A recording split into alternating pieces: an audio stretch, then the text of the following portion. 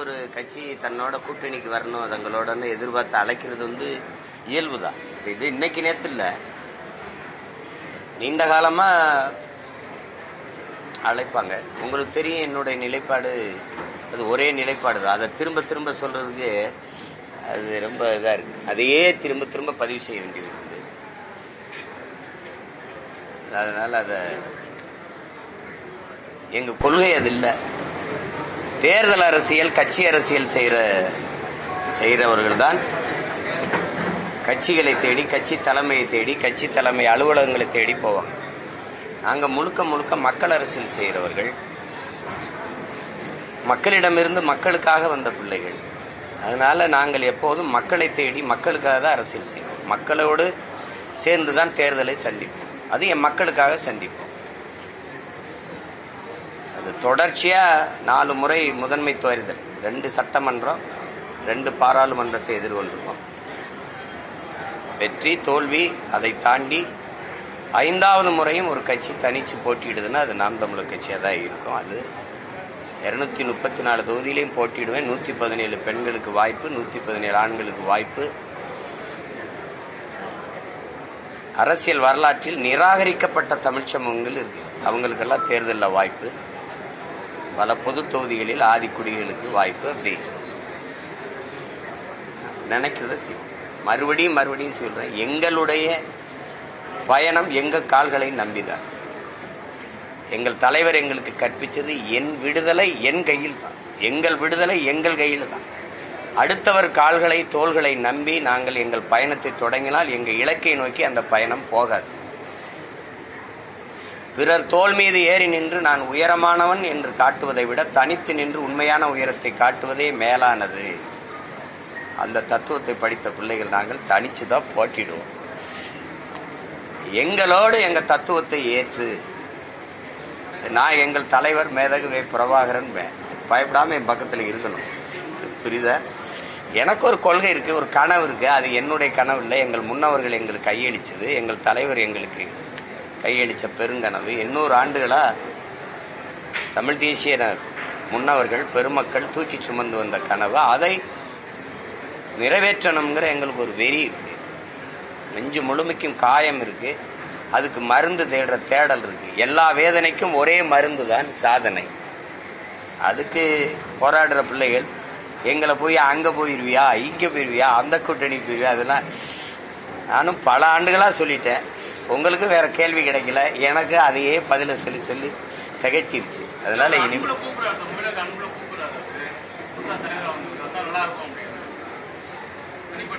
யாரு கூப்பிடல, எல்லாரும் தான் கூப்பிடுவாங்க. அது அழைக்கிறாங்க, அதுக்கு நன்றி. அழைக்கிறாங்க, நன்றி. அது எல்லாரும் தான் அழைப்பாங்க.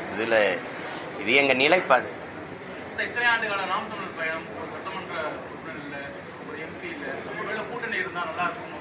அதெல்லாம் இருக்காது. இப்ப கூட்டணியில இருக்கிற இத்தனை ஆண்டுகள்ல திராவிட கட்சிகள் இத்தனை ஆண்டு இருக்குது. திமுக அதிமுக மாதிரி இந்த நாம் தமிழர் கட்சி தமிழ் தேசிய அரசியல் வளருது, எழுச்சி வருது அப்படின்னு இங்க ஒருத்த இல்ல அப்படின்னா இத்தனை ஆண்டு கழிச்சு தமிழ்ல அரசாணை வெளியிடப்படும் அப்படின்னு ஏன் வருது? இந்த நேத்தான் கட்சி ஆரம்பிச்சு ஆட்சிக்கு வந்திருக்காங்களா? இந்த 4.5 ஆண்டுகள்ல ஏன் தமிழ்ல அரசாணை வரல? ஏன்னா அவன் வளர்றான், அந்த அரசியலின் தேவை அதிகமாகுது. அதானே எல்லாம் நீங்க பேசுனீங்க, முற்போக்கு பேசுனீங்க, பெரியார் பேசுனீங்க, சமூக சீர்திருத்தம், சமநிலை சமூகம், சாதிய தீண்டாமை ஒழிப்பு, ஏற்றத்தாழ்வுகள் மறுப்பு, எல்லாம் தான் பேசுனீங்க. ஆனாலும் ஆதி தமிழ்குடி ஊராட்சி மன்ற தலைவரை வந்தா உட்கார நாற்காலி இல்ல. இந்த நூற்றாண்டுல இவ்வளவு அறிவு வார்ந்த சமூகம்ங்கிறோம். எல்லாம் ஜனம் உள்ளங்கையில உழவு துவச்சு பார்த்துருக்கான். எங்களுக்கு மேல் பகுதியில் கோயிலுக்குள்ள கும்பிட இறைக்கு முன்னாடி எங்களுக்கு சமநிலை இல்லை. தனித்தனி சுடுகாடு. இது என்னைக்கு ஒழிக்கிறது சொல்லு? செத்தவண்ணா எங்களை புதைக்க ஒரே இடம் இல்லை. ஒரே குடியிருப்பு இருக்கு, எல்லாரும் ஒன்னா குடியிருக்கிறான். அதான் செத்தவண்ணா பணத்தை புதைக்க தனித்தனியா வச்சுக்கிற. இந்த நிலையை ஒழித்தது இந்த இனத்திலே எங்கள் தலைவன் தான். ஈழத்துல இந்த நிலையை மாத்தி காட்டினார். என்ன மேல் பாதையில என்னது சொல்லு? எங்க தாத்தா முத்துராமலிங்க சொல்றாரு, உண்கிறகை உயர்ந்தது உழைக்கிறகை தாழ்ந்தது என்கிற எண்ணம் எவருக்கும் வரக்கூடாது. இறைவனுக்கு முன்பு 2 கரமும் குவித்து தான் நம் வணங்குறோம். அந்த எண்ணம் எல்லோருக்கும் இருக்கணும். மனிதனில் உயர்ந்தவன் தாழ்ந்தவன் என்ற பாகுபாடு கூடாது. அண்ணல் அம்பேத்கர்ல இருந்து மிகப்பெரிய தத்துவ பேரறிஞர் எல்லாம் நமக்கு போதிச்சு பாடி, சித்தர்கள், யோகிகள், ஞானிகள், வள்ளுவ பெருமகனார், அவ்வை மூதாட்டி, சிவாக்கிய சித்தர் எல்லாரும் தான் பாடினாங்க. பாரதி பாடினா, பாரதிதாசன் பாடினா. பயன் என்ன இருக்கு? பயன் என்ன இருக்கு? கோயில்ல ஒன்னா போய் உட்காந்து சாமி கும்பிட முடியல. இவ்வளவு பெரிய அதிகாரம் வேடிக்கை பார்த்துட்டு பூட்டிட்டு போகுது. ஆனா வெளியில வந்து பயங்கரமா முற்போக்குங்குது, சீர்திருத்தம்ங்குது. அங்க பள்ளிக்கூடத்துக்கு போற புள்ள புத்தகத்தோட போகாம கத்தியோட போய் குத்திக்கிட்டு இருக்கான். சிந்தனை என்பதே சமூகத்தின் விளைச்சல். அப்ப எப்படிப்பட்ட சமூகத்தை? இந்த நிலை மாறும்னா இன்னொரு தலைமுறை சரியாகி வந்து இதை மாத்தும் நினைச்சா அடுத்த தலைமுறை அந்த பிஞ்சு நெஞ்சுக்குள் இந்த நஞ்சு விழுந்தது எப்படி? கத்தி எடுத்து குத்தி ரத்தம் பார்க்கிற கொடிய மனநிலை அந்த பிஞ்சு நெஞ்சுக்குள்ள எப்படி வருது? அப்ப கல்வி எதை போதிக்குது? அவன் வாழுகிற சமூகம், அதை சுற்று அந்த சூழ்நிலை எப்படி அவனை உருவாக்கி இருக்கு? அந்த துணிவு எப்படி வருது? கத்தி எடுத்துட்டு போய் தன்னை வயதொத்த சக மாணவனை வெட்டிடலாங்கிறத எப்படி வருது? எவ்வளவு நடுக்கமும் பயமும் வருது பாருங்க. ஒரு தலைமுறை எப்படி தயாராகி வருது பாருங்க. எல்லா பள்ளிக்கூடங்கள், கல்லூரி வளாகங்கள்லையும், எல்லா வழிபாட்டு தலங்கள்லையும் போதைப் பொருள் இருக்கு. கஞ்சா, சாக்லேட் விற்கிது, மிட்டாய் விற்கிது. திரவம் அது மட்டும் இல்லை, எல்லா வழியிலையும் போதை இருக்கு. இப்ப இது ஒரு குற்ற சமூகத்தை திட்டமிட்டு உருவாக்குது. இந்த அரசு அதை பத்தி கவலையும் படுறதில்ல, ஒன்றும் படுறதில்ல. சட்டம் இருக்கு, அதுல ஒழுங்கு இருக்கா? சட்டம் ஒழுங்கு சட்டம் இருக்கு, அதுல ஒழுங்கு இருக்கா? ஏதாவது ஒரு கேள்விக்கு பதிலாவது சொல்றாங்களா? தம்பி ஆம்ஸ்டாங் கொலையில 3 பேரை சுட்டு கொன்னீங்களே, ஏன் கொன்னீங்கன்னு கேட்டா அது பதில் சொல்லுங்க. ஏன் கொன்னீங்க? 63 பேர் சாராயங்காய்ச்சி செத்து போயிட்டாங்க, கள்ளச்சாராயங்காய்ச்சி. அவர் திருப்பி 90 நாள்ல பிணையில் வந்து மறுபடியும் சாராயம் காய்ச்சிறாரு. எந்த துணிவில் காய்ச்சிறாரு? ஒன்றும் செய்யாது. ஏன்னா அரசு எல்லா பாதுகாப்பையும் அதிகாரம் கொடுக்குது. நீங்க செஞ்சிட முடியுமா? அப்படி யாராவது செஞ்சிட முடியுமா? அந்த துணிவு எப்படி வருது? அதிகாரத்தில் இருக்க அவங்க அதிகபட்ச நடவடிக்கை என்ன? அங்க இருக்கிற மாவட்ட ஆட்சியரை பணியிட மாற்றுவாங்க, காவல்துறை அதிகாரியை, அதாவது மாவட்ட காவல்துறை அதிகாரியை பணியிட மாற்றுவாங்க. அதுதான் எல்லா குற்றங்களுக்கும். மயிலாடுதுறையில கள்ளச்சாராயம் விற்கிறாங்க, அது கோயிலுக்கு பக்கத்திலே விற்கிறாங்கன்னு படிச்சுக்கிட்டு இருக்க 2 பிள்ளைகள். அதுல ஒரு பிள்ளை என் கட்சி, எங்களுடைய பிள்ளை. 2 பேரையும் வெட்டியே கொண்டுட்டான். என்ன நடவடிக்கை இருந்திருக்கு? அதேதான் அந்த மாவட்ட ஆட்சியர் மாற்றம், அந்த காவல்துறை அதிகாரி மாற்றம். அரசுக்கு எந்த பொறுப்பும் இல்லை, அதுக்கு எதுவுமே தெரியாது. அரசுக்கு எதுவுமே தெரியாது. பாவம் அங்க இருக்க காவல்துறை அதிகாரி, அந்த மாவட்ட ஆட்சியர்கள் தான் எல்லா தவறையுமே. ஏன்னா அவங்க தான் ஊழல் போட்டு சாராயம் காய்ச்சி வீங்கன்னு சொல்றது எல்லாம் அவங்க தான். அப்படி ஒரு அமைப்பு இருக்குது. இது என்ன பண்ணு? இதெல்லாம் நான் இல்லை, நீங்க இல்லை, இந்த நாட்டில் பிறந்த ஒவ்வொருத்தனும் வெக்கி தலைகுனியன். இதுக்கெல்லாம் இந்த நூற்றாண்டுல ஒரு கோயில் இறைவனுக்கு முன்னாடி ஒரு விரும்பி சாமியை ஒன்னா நின்று கும்பிட முடியல. அவ்வளவு சாதிய தீண்டாமையும் அவ்வளவு ஒரு இது இருக்கு. ஒரு என்னை போல எலும்பு, நரம்பு, ரத்தம், சதை, பசி, உறக்கம், கனவு, கண்ணீர் எல்லாம் கொண்ட சக மனிதனை நான் என்னிலும் தாழ்ந்தவன், நான் அவனிலும் உயர்ந்தவன் என்று தாழ்த்தி வீழ்த்தி சுகம் காண்கிற ஒரு மனநிலை என்பது மனநோயை தவிர வேற என்னவா இருக்க முடியும்? என்னவா இருக்க முடியும்? பிறப்பின் அடிப்படையில் எத்தனை காலம் இருக்கு பாருங்க. பிறப்பின் அடிப்படையில் உயர்ந்தவன் தாழ்ந்தவன் என்ற பேதம் பாராட்டுகிற அந்த கோட்பாட்டை நொறுக்காம நீங்க என்ன சாதிக்க போறீங்க? பிறப்பு ஒக்கும் எல்லா உயிருக்கும் பாடி எத்தனை ஆயிரம் ஆண்டுகள் ஆயிடுச்சு. யாரு மேல கீறினாலும் ரத்தம் ஒண்ணுதான் ஆக மொத்தம் நீ நானும் 10 மாதம் தான் தாத்தன் பட்டுக்கோட்டை பாடுறான். எவ்வளவு பேர் இருட்டறையில் உள்ளதடா உலகம், சாதி இருக்கின்றது என்பானும் இருக்கின்றானேங்கிறார் புரட்சி பாவலர். சாதிகள் இல்லையடி பாப்பாங்கிற அவ என்ன எதுக்கு சொல்ற? அடுத்த தலைமுறை பிள்ளைகளுக்காவது அந்த நல்விதையை நெஞ்சில விதைப்போன்னு நினைச்சுதான் அவன் பாப்பாவுக்கு பாடுறான். ஏன் தாத்தாவுக்கோ அப்பாவுக்கோ பாடல? அடுத்த தலைமுறையை தயார் செய்யணும்னு நினைச்சான் பாரதி. அது இப்படி வந்து நிக்குது.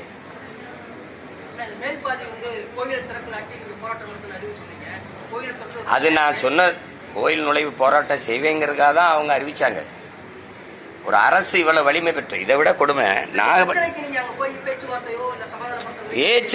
பேச்சுவார்த்தை செய்யறதுக்கு என்ன இருக்கு இங்க? இப்ப இந்த ஆட்சி, ஆமா போவேன். அது என்ன, இந்த ஆட்சியாளர்களை பத்தி பாத்தீங்கன்னா இந்த திராவிட ஆட்சி எப்பவுமே ஓட்ட குறி வைக்கும். நாட்டை பத்தி கவலைப்படாது, மக்களை பற்றி கவலைப்படாது.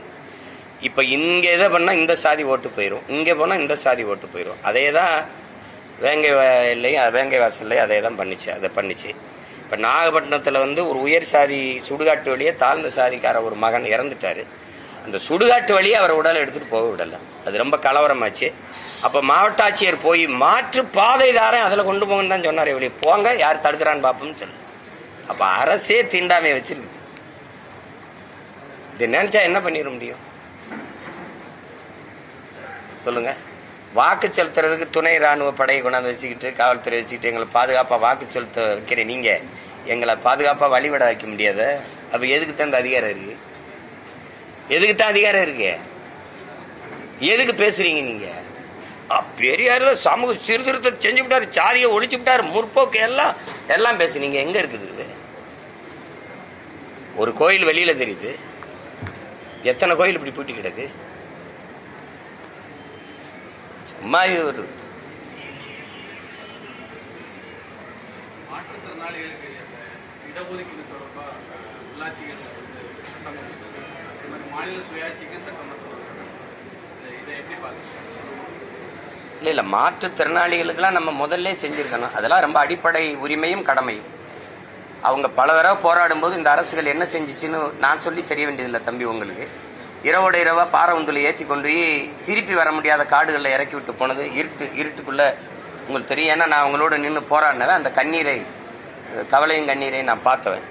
இன்னைக்கு தேர்தல் நெருங்கும் போது இதெல்லாம் என்னைக்கு செயல்பட தொடங்கும்? மாநில தன்னாட்சியை என்னைக்கு பேசுறீங்க? என்னைக்கு பேசுறீங்க?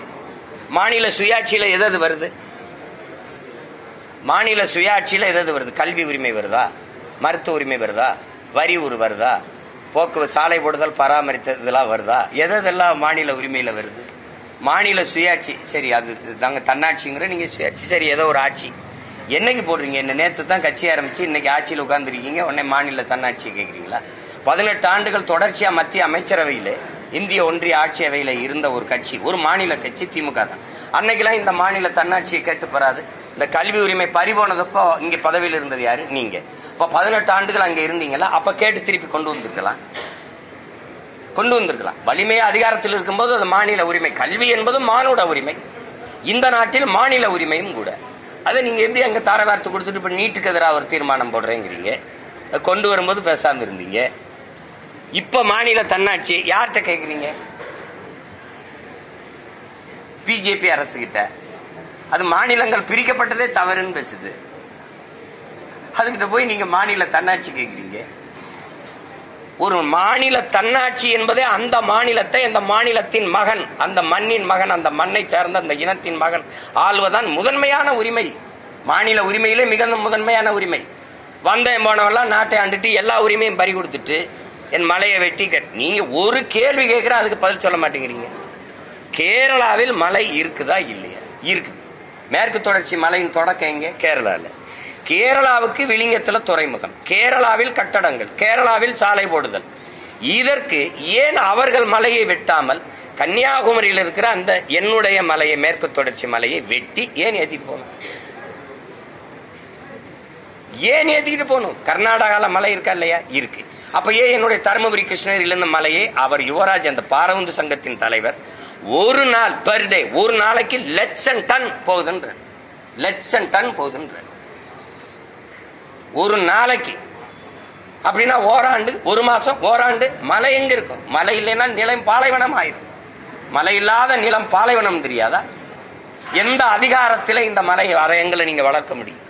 ஒரு அடிப்படை அறிவு தானே இது. என் தம்பி கோபி நாயனா இருக்கு. பகுத்தறிவுங்கிறது என்ன? மலையை வெட்டக்கூடாதா, அது தாயின் முளை மார்பு போல பூமி தாயின் மலை மார்புடான் ஒரு அடிப்படை அறிவு தானே பகுத்தறிவு. அது இல்ல உனக்கு? மனித உடலுக்கு தோல் மாதிரி ஆத்துக்கு மணல், உலகத்தின் தலை சிறந்த நீர் வடிகட்டி நீர் தேக்கி மணல், அது அல்ல கூடாத ஆறு செத்து போகும். இந்த அடிப்படை அறிவு இல்ல உனக்கு? எப்படி வீடு கட்டுறதுன்ற? இத்தனை ஆயிரம் ஆண்டுகளா வாழ்ந்து கோட்டை கட்டி ஆண்ட ஒரு இனம் ஆத்த கொன்னு மலையை நொறுக்கித்தான் கோட்டை கட்டிச்சா? என் பாட்டங்க இத்தனை வீடு, நாங்கெல்லாம் வீடு கட்டி வாழ்ந்தது இந்த நாட்டில் இருக்க ஆத்து மணல் அள்ளி அள்ளி மொத்தமா தின்னா. இந்த மண்ணின் மக்களின் மணல் தேவைக்கு மட்டும்தான் ஆற்று மணல் அள்ளப்பட்டதா? யாரு மனச்சான்றோட பதில் சொல்வா? அரபு விற்கல, அருகில் இருக்கிற மற்ற மாநிலங்கள்ல விற்கல. இங்க பாலாற்று மணல், இங்க தாமிரபரணி ஆற்று மணல், இங்க மணல் கிடைக்கும்னு எழுதி வச்சு கேரளா கர்நாடகால விற்கல. என்ன உரிமை நீங்க பாதுகாக்க போறீங்க? எனக்கு காவிரியில் இருக்கிற நதிநீர் உரிமை இருக்கா? எனக்கு 410 டிஎம்சி தண்ணி வந்துகிட்டு இருந்ததுல ஏன் 150 டிஎம்சி 50 டிஎம்சிக்கு போய் மண்டியிட வேண்டிய நிலைமையை உருவாக்குறது இந்த திமுக, இந்த காங்கிரஸ்? யாருக்கிட்ட கேட்கறீங்க தன்னாட்சி? யார் தரப்போறா?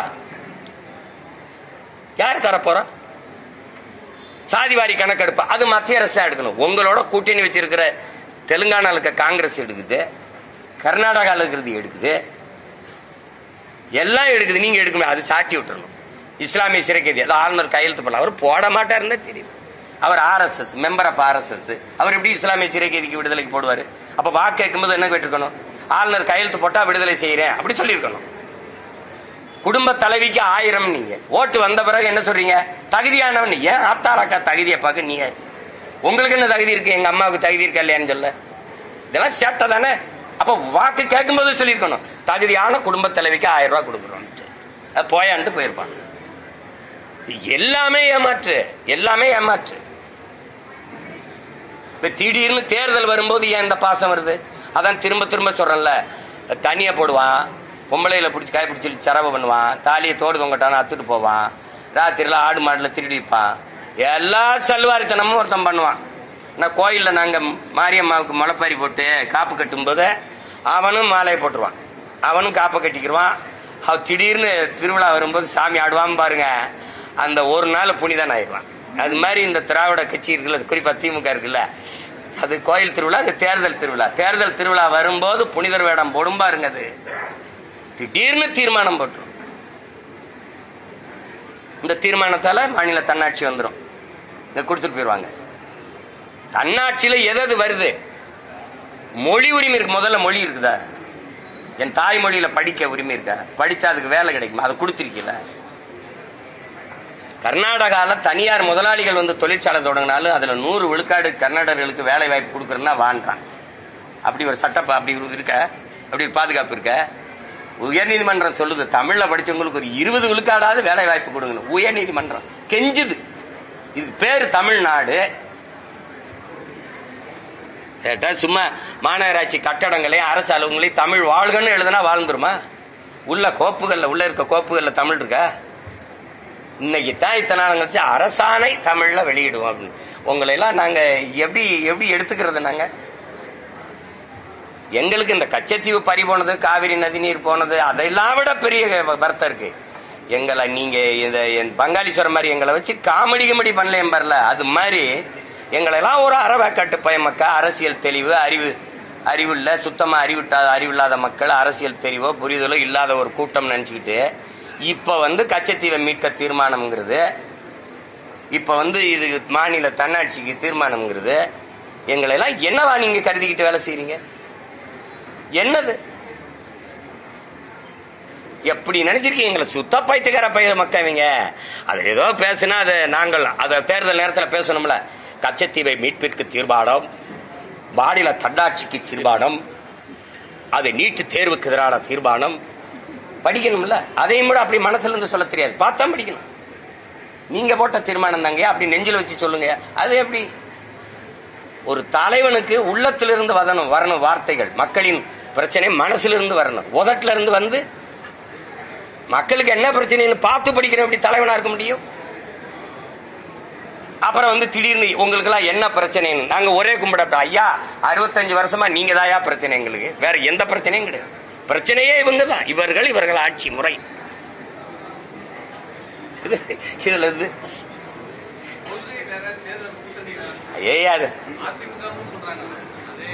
அது அவர்களுக்கு, எங்களுக்கு இல்ல. இத்தனை தம்பிமார் இருக்கிறீங்க, இவ்வளவு படிச்ச பிள்ளைங்கள், உங்களுக்கு மிகப்பெரிய பொறுப்பும் கடமை இருக்கு. ஊடகத்துல நற்செய்திகளை, நல்ல கருத்துக்களை கொண்டு போய் விதைக்கிறது. நீங்க சொல்லுங்க, கூட்டணி இல்லாமல் எப்படி வெல்ல முடியும்னு கேட்கிறேன். நீங்க கொள்கை இல்லாம எப்படி வெல்ல முடியும்னு ஒருத்தரை கூட கேட்கலையே. கொள்கை முக்கியமா, கூட்டணி முக்கியமா? கூடி கொள்ளையடிச்சா, கூடி கொலை செஞ்சா சரின்னு ஏற்கிறீங்களா? உலகத்துல நீங்க சொல்லுங்க, நெருப்பை எப்படி நெருப்பை வச்சு அணைப்பீங்க? நெருப்பை தண்ணீர் வச்சு தானே அணைக்கணும், அப்படித்தானே? தீமையை எப்படி தீமையை வச்சு ஒழிப்பீங்க? நீங்க உலகத்தில் இருக்க எல்லா சித்தாந்தங்களும் எடுத்துக்க. இறைமகன் இயேசு கிட்ட போங்க, இறை தூதர் நபிகள் நாயகிட்ட போங்க, இல்ல பகவான் கிருஷ்ண பரமாத்மாட்ட போங்க, இல்ல சித்தர்கள் ஞானிகள் யோகிகிட்ட போங்க. தீமையை நன்மையை வச்சுத்தான் ஒழிக்க முடியும். அதுதான் எல்லா ஞானிகளும் மேதைகளும் நமக்கு கற்பிச்சது. தீமைக்கு மாற்று எப்படி இன்னொரு தீமை? சரி, திமுக அதிமுக போயிடும். ஊழலா லஞ்சத்தை ஒழிக்கணும். எப்படி ஒழிப்பிய? மது ஒழிக்கணும். இங்க மது இருக்குதா இல்லையா? அவன் 65 ரூபா கமிஷன் வாங்கினா கூட 25 ரூபா போட்டு வாங்குவான ஒழிய ஏதாவது இருக்குன்னு சொல்லு. இல்ல எதுல மாறுதல் சொல்லுங்க. இந்த கொடியில அண்ணா இருக்காரு, அங்க இல்ல, அவ்வளவுதான். பார்ட்டி செஞ்சிருக்கு, பாலிசி செஞ்சிருக்க. சொல்லுங்க தம்பி, நாங்க வந்தது தெளிவாய்க்கிறணும். ஒவ்வொரு தடவை இந்த கேள்வி எழுப்பக்கூடாது. ஆள் மாற்றம் ஆட்சி மாற்றத்துக்கு வரல. நாங்கள் அடிப்படை அமைப்பு அரசியல் மாற்றத்திற்கு வந்த புரட்சியவாதிகள், கட்டிய கட்டடத்திற்கு வெள்ளையடிக்க வந்த சீர்திருத்தவாதிகள் அல்ல. இந்த கட்டடத்தை தகர்த்து விட்டு புத்தம் புதிதாக ஒரு மாற்று கட்டடத்தை கட்ட வந்தவர்கள். அதைத்தான் இளைய புரட்சியாளன் பகத்சிங்களுக்கு கற்பிச்சிருக்காங்க. வெளிப்படையாகவே அநீதிகளால் கட்டமைக்கப்பட்ட சமூகத்தை தகர்த்து முற்றுமுழுதாக புதிய ஒரு சமூகத்தை படைப்பதற்கு பெயர்தான் புரட்சிங்கிறான். அதை செய்ய வந்த பிள்ளைகள். நீங்க இந்த மது, மதம், சாதி, போதை, இந்த ஏழ், பசி, வறுமை, பட்டினி, ஊழல், லஞ்சம், கொலை, கொள்ளை, அடக்குமுறை, இதெல்லாம் இல்லாத ஒரு தேசம் படைக்கணும்னா அது புரட்சியால மட்டும்தான் முடியும். அந்த மகத்தான மக்கள் புரட்சிக்கான பணியை தொடர்ந்து நாங்கள் செஞ்சுக்கிட்டு இருக்கோம். அதுல போய் நீங்க அவரோட சேர்ந்துருக்கணும், இவரோட சேர்ந்துருக்கணும். உங்களுக்கு எல்லாம் என்ன ஒன்னாத்தி பார்ட்டியாக்கி என்னையும் ஜோலியை முடிச்சு விட்டுறணும்னா நீங்களும் 10-12 வருஷம் ஆசைப்படுறீங்க. நானும் சிக்காம ஓடிட்டுறேன். நான் என்ன இங்க இருக்க ஐயா கருணாநிதி, அம்மையார் ஜெயலலிதா இவங்களை பார்த்து அரசியல் செய்ய வந்த பையன் நினைச்சிருக்கீங்களா? அப்படி ஆள் நினைச்சிருக்கீங்களா? உலக நாடுகள்லாம் எழுத்த போதும் ஒரு ஆளா நின்று சண்டை செஞ்ச தலைவனின் பிள்ளை நாங்க. விடுங்க, அதெல்லாம் எனக்கு ஒண்ணும் இல்லை. கூட்டணி வச்சு 10 சீட்டு வென்றுட்டேன். வென்று போய் என்ன பண்ணுவேன்? வென்று போய் இன்னும் எங்க முன்னவர்கள் என்ன செஞ்சுட்டாங்க? ஏதாவது பேசுவாங்க, அவை குறிப்புல இருந்து நீக்குங்கம்பாங்க. அதுக்கு வெளியில பேசிடலாம். மக்கள் மன்றத்துல பேசவே மகத்தான செய்திகள் கோடி இருக்கு. அங்க போய் என்ன போய் சாணியை தட்டலாம். என்ன இந்திய தேசத்தை ஏற்றுக்கொண்டு தமிழ் தேசிய பேசுறது வந்து நான்சென்ஸான அரசியல் திருமாவளவன் பேசுறாரு. தமிழ்நாடு கேட்கலாமே தவிர தமிழ் தேசிய வந்து இந்திய தேசத்தை ஏற்றுக்கொண்டவர் வந்து தமிழ் தேசிய அது வந்து எங்களுடைய அண்ணனுடைய கருத்து. பரவாயில்ல, அது எங்க அண்ணனுடைய கருத்து. அந்த கருத்தை நான் மதிக்கிறேன். ஆனா அதை ஏற்கல. விட்டுருங்க, வேற ஏதாவது பேசு. நான் பேசுற அரசியல் இருக்குல்ல, நாங்க செஞ்சுக்கிட்டு இருக்க அரசியல் 2006, 2004, 5 காலகட்டங்கள்ல இதெல்லாம் எனக்கு கற்பித்த பேராசான் யாரு தெரியுங்களா? யாரு? இப்ப கைகட்டி இருக்கல, இதே மாதிரி எங்க அண்ணன் அங்கே பேசிட்டு இருக்கும்போது முன்னாடி உட்கார்ந்து இருந்த பையன் தான் நான். புரியுதா? அதனால அதை விட்டுறணும். அந்த இடத்துக்கு போகக்கூடாது. எனக்கு வந்து நான் எதிரியை கருவில் இருக்கும்போதே குறிச்சிட்டேன், இவனை தான் நான் ஒழிக்கணும்ட்டு. அப்புறம் இது உங்க அண்ணன் இப்படி பேசுறாரு, அவர் இப்படி பேசுறாரு. அவர் பேசுறாரு, அது எங்க அண்ணன் கருத்து. சரி, அவ்வளவுதான், விட்டு போயிடணும். வேற ஏதாவது கேளுங்க.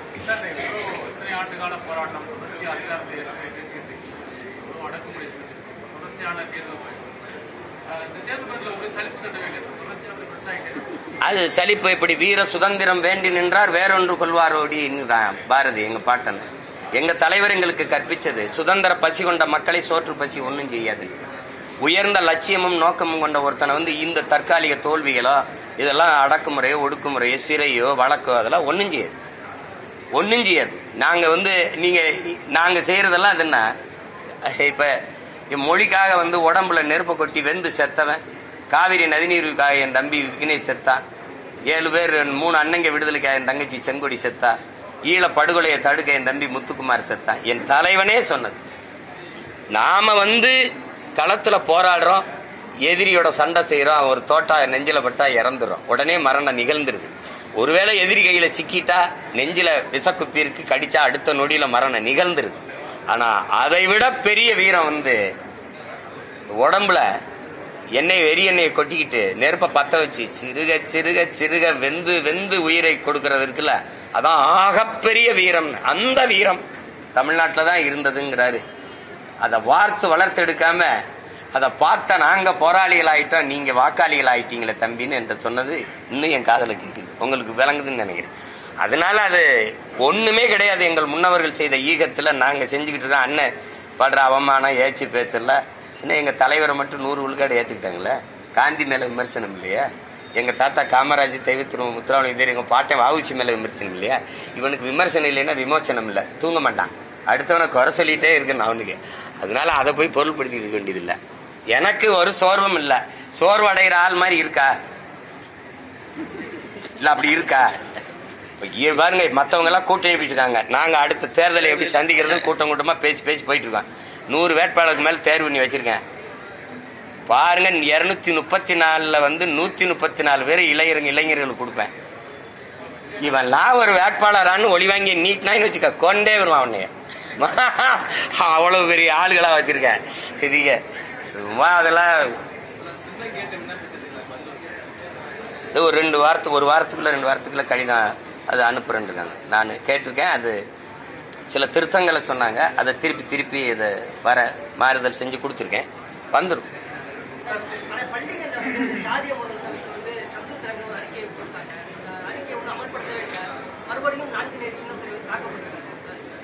அதுதான் இது வந்து ஒரு குறிப்பிட்ட ஒரு இதை வந்து குறை சொல்லி சரியில்லை தம்பி. இது நம்ம எல்லாருமே பொறுப்பேற்கணும். நானும் நீங்களும் எல்லாருக்குமே இந்த கடமை இருக்கு. இது என்ன வருதுன்னா, நம்ம கல்வி வந்து ஒழுக்கத்தை நன்னெறிய கற்பிக்கல.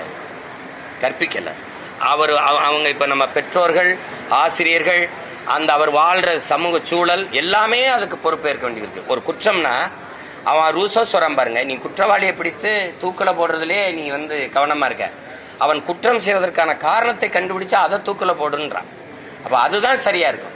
இந்த பிள்ளைகள் இப்படி செய்வதற்கு காரணம் என்ன, அதுக்கான காரணம், அந்த காரணத்தை கண்டுபிடிச்சு அதை களைவதுதான் நிரந்தர தீர்வா இருக்க முடியுமே ஒழிய, ஒரு தவறு செய்யறவரை தண்டிச்சுட்டு போனா அந்த தவறுக்கான காரணம் அப்படியே இருக்கும்போது நோக்கம் இருந்தா அமல்படுத்திருக்கும்ல.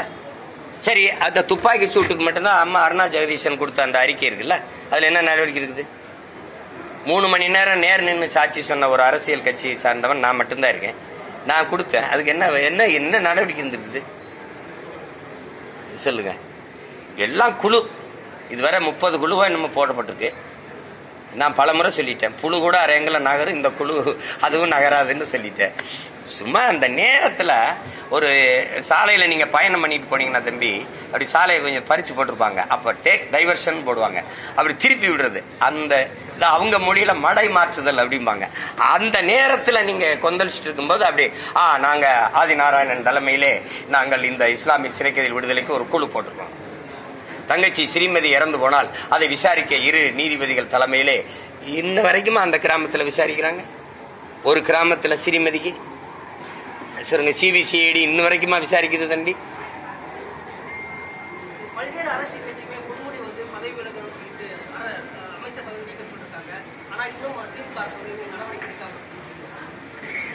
அது அந்த கட்சி தலைமை முடிவு செய்யணும். நான் அதெல்லாம் சொல்லல. ஐயா அப்படி முதிர்ந்த மூத்த தலைவர், அதுல ஒரு பேராசிரியராக இருந்தவர், அது பல மாணவர்களை உருவாக்கியவருங்கிறாங்க. ரெண்டாவது அவர் இருக்கிற உயரத்திற்கு அந்த பேச்சு கண்ணியமா இல்லை. அதை தவிர்த்திருக்கலாம். நீங்க அது அந்த அவ்வளவு பெரிய தலைவருக்கு அது அழகு இல்லை. அதுக்கு மேல கட்சியில நீங்க அதெல்லாம் நாம முடிவு எடுக்க முடியாதுல்ல. அது என் கட்சி இல்ல.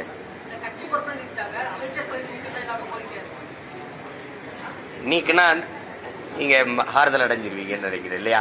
நீக்குனா அவர் பேசுனது சரின்னு ஆயிருமா என்ன சொல்லுங்க, அது அவங்கதான் முடிவு எடுக்கணும்.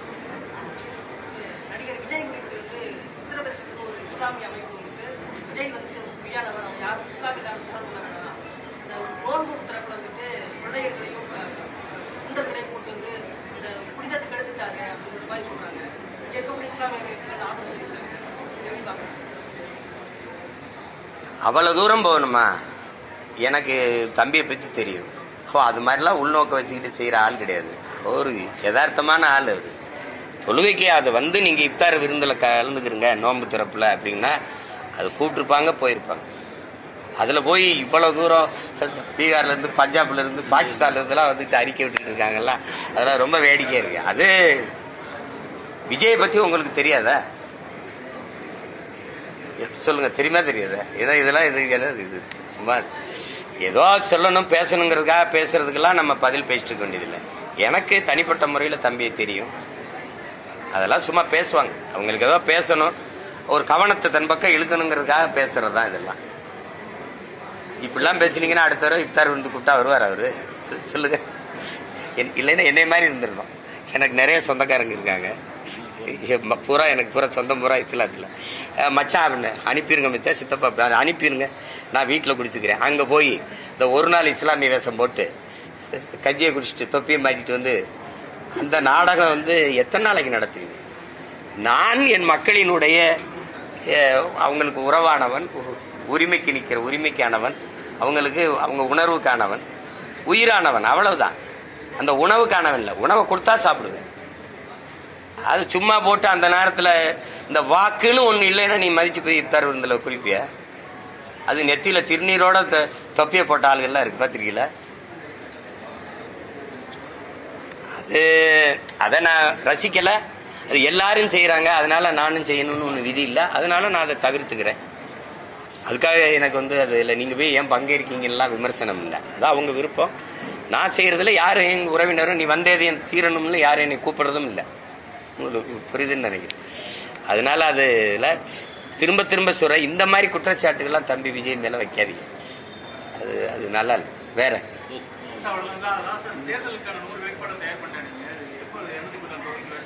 இல்ல, இப்ப நீங்க தம்பி கேட்ட மாதிரி சின்னத்துக்காக தான் காத்திருக்கேன். இப்ப சில இடங்கள்ல சொல்லி வேலை நடந்துகிட்டு இருக்கு. இப்ப தென்காசி, இப்ப வாசவநல்லூர் இதெல்லாம் அறிவிச்சிருக்கேன் நிறைய இடங்கள்ல. தூத்துக்குடி, அப்ப கன்னியாகுமரியில நான் 6 வேட்பாளரும் போட்டோம். அப்ப இங்க கீழ்வேலூர்ல என் தங்கச்சி எங்க கார்த்திகா போட்டிடுறா.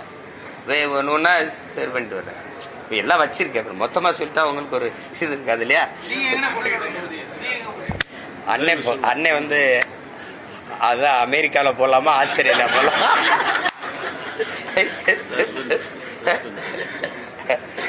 கார்த்தி இரு, பொறுமையா இரு, அண்ணன் சொல்லுவல்ல. நீ ஏன் இவ்வளவு கூட்டணியே முடிவாகலடா தம்பி, அதுக்குள்ள நீ எங்க நிக்கிற பரவாயில்ல. கொஞ்சம் இரு, கடைசியா சொல்றேன். உனக்கே தெரிஞ்சிரு அண்ணன் இந்த தொகுதியில தான் எல்லாத்தையும் அறிவிச்சுட்டாரு, அப்ப இங்கதான் போட போறாரு போல இருக்குன்னு நீயே கண்டுபிடிச்சிருவேன். கொஞ்சம் பொறு. வேற அவ்வளவுதான். மிக்க நன்றி, மகிழ்ச்சி.